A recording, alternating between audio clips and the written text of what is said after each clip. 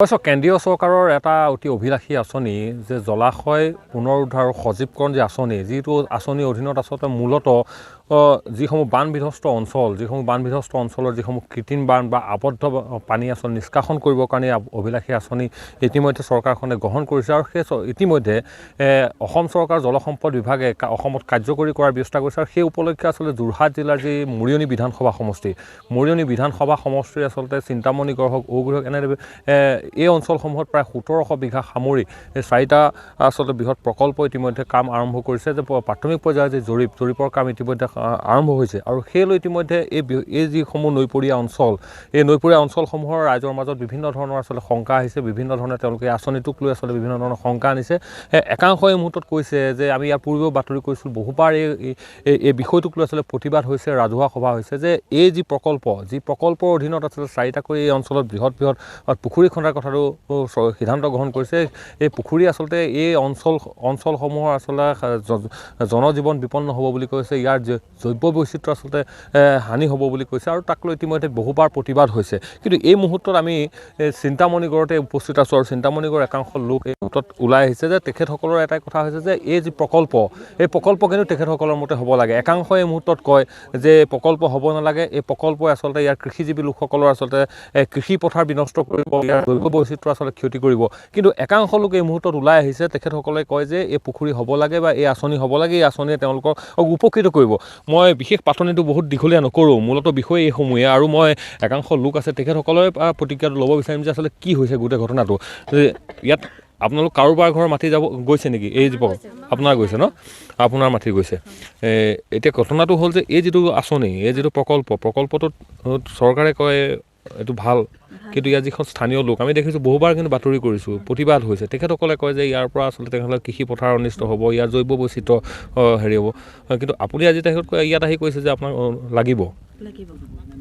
কি যুক্তি আপোনাৰ হাতত? কি যুক্তি মানে আমাৰ খেতি কৰিলে কি হয়, বানপানী যেতিয়া হয় গোটেই খেতি মাৰি থৈ যায়গৈ, আপোনাৰ আকৌ দ্বিতীয়বাৰ ৰুব লাগে। সেইবাবে আমি পানীটো সংৰক্ষণ কৰিবৰ কাৰণে মানে সেই পুখুৰীটোত আমাক লাগে।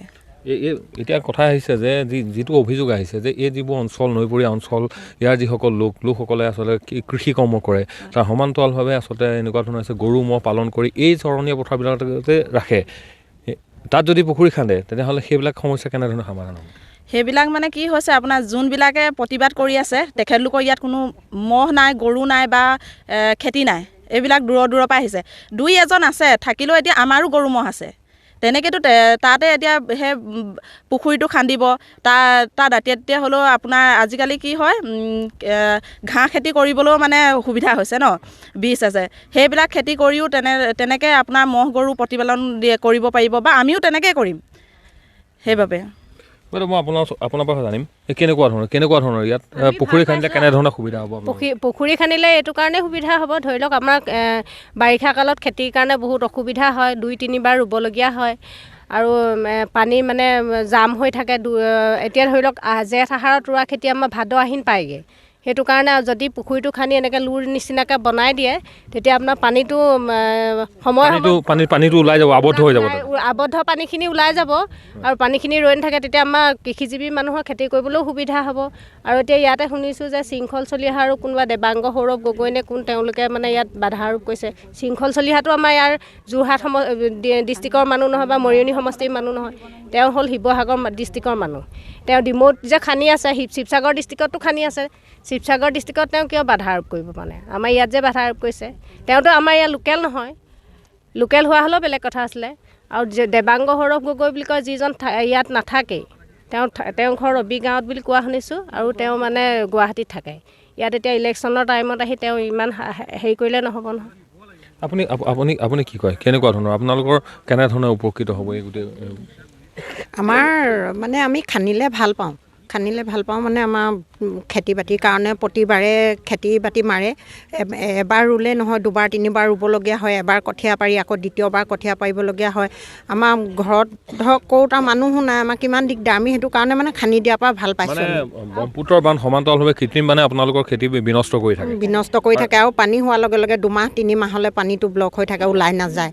এতিয়া খান্দি দিয়াৰ পৰা পানীটো হেৰিলৈ গুচি আহিব, পুখুৰীত পৰি যাব। পুখুৰী খান্দি দিলে আপোনালোকৰ যিখিনি কৃত্ৰিম পানী থাকিব তাত আবদ্ধ হৈ যাব আপোনাৰ পথাৰ হৈ যাব, তেতিয়া আমাৰ ৰোৱা মাটিখিনি মানে হেৰি হ'ব। আমি মানে দুবাৰ ধন্যবাদ জনাইছোঁ মই এজন নৱপ্ৰজন্মৰ যুৱক পাইছোঁ, আপোনাক মই সুধিছোঁ যে কি ভাবিছে আচলতে এই যিটো প্ৰতিবাদ বহুবাৰ হৈছে, বহু প্ৰতিবাদ হৈছে, চৰকাৰী পক্ষৰ লগত ইতিমধ্যে আলোচনা হৈছে।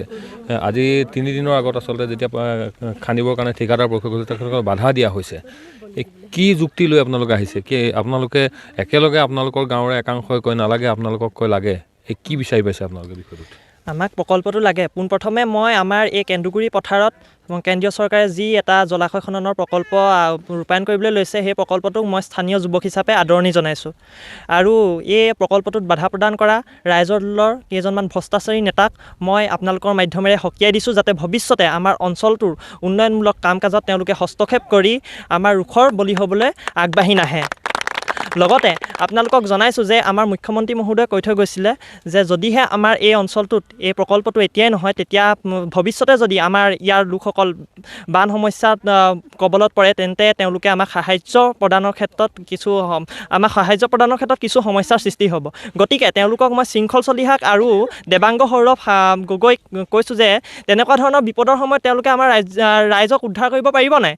তেওঁলোকে আমাৰ এই সমস্যাখিনি তেওঁলোকে আমাক মানে প্ৰতিশ্ৰুতি দিব পাৰিব নাই? লিখিত আকাৰে তেওঁলোকে কাগজত লিখি দিব পাৰিব নাই, যাতে ভৱিষ্যতে আমাৰ যি সমস্যা হয় বানপীড়িত ৰাইজৰ লগত তেওঁলোক থিয় দিব, আমাৰ সমস্যাসমূহৰ সৈতে তেওঁলোকে যুঁজ দিব।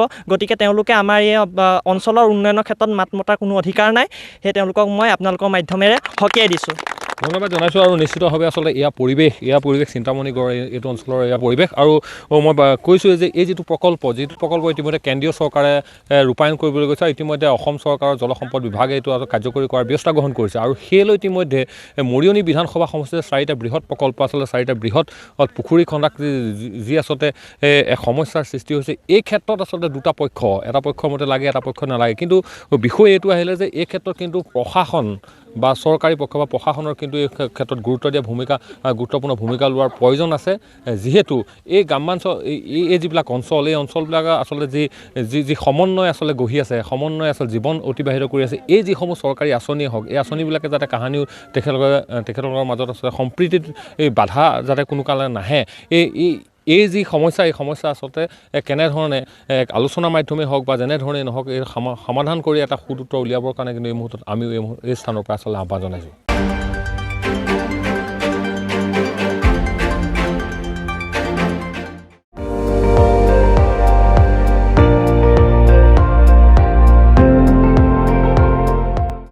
আপুনি চাই আছে ND24, সৰ্বশ্ৰেষ্ঠ নহয় সৰ্বোত্তমৰ দৌৰত।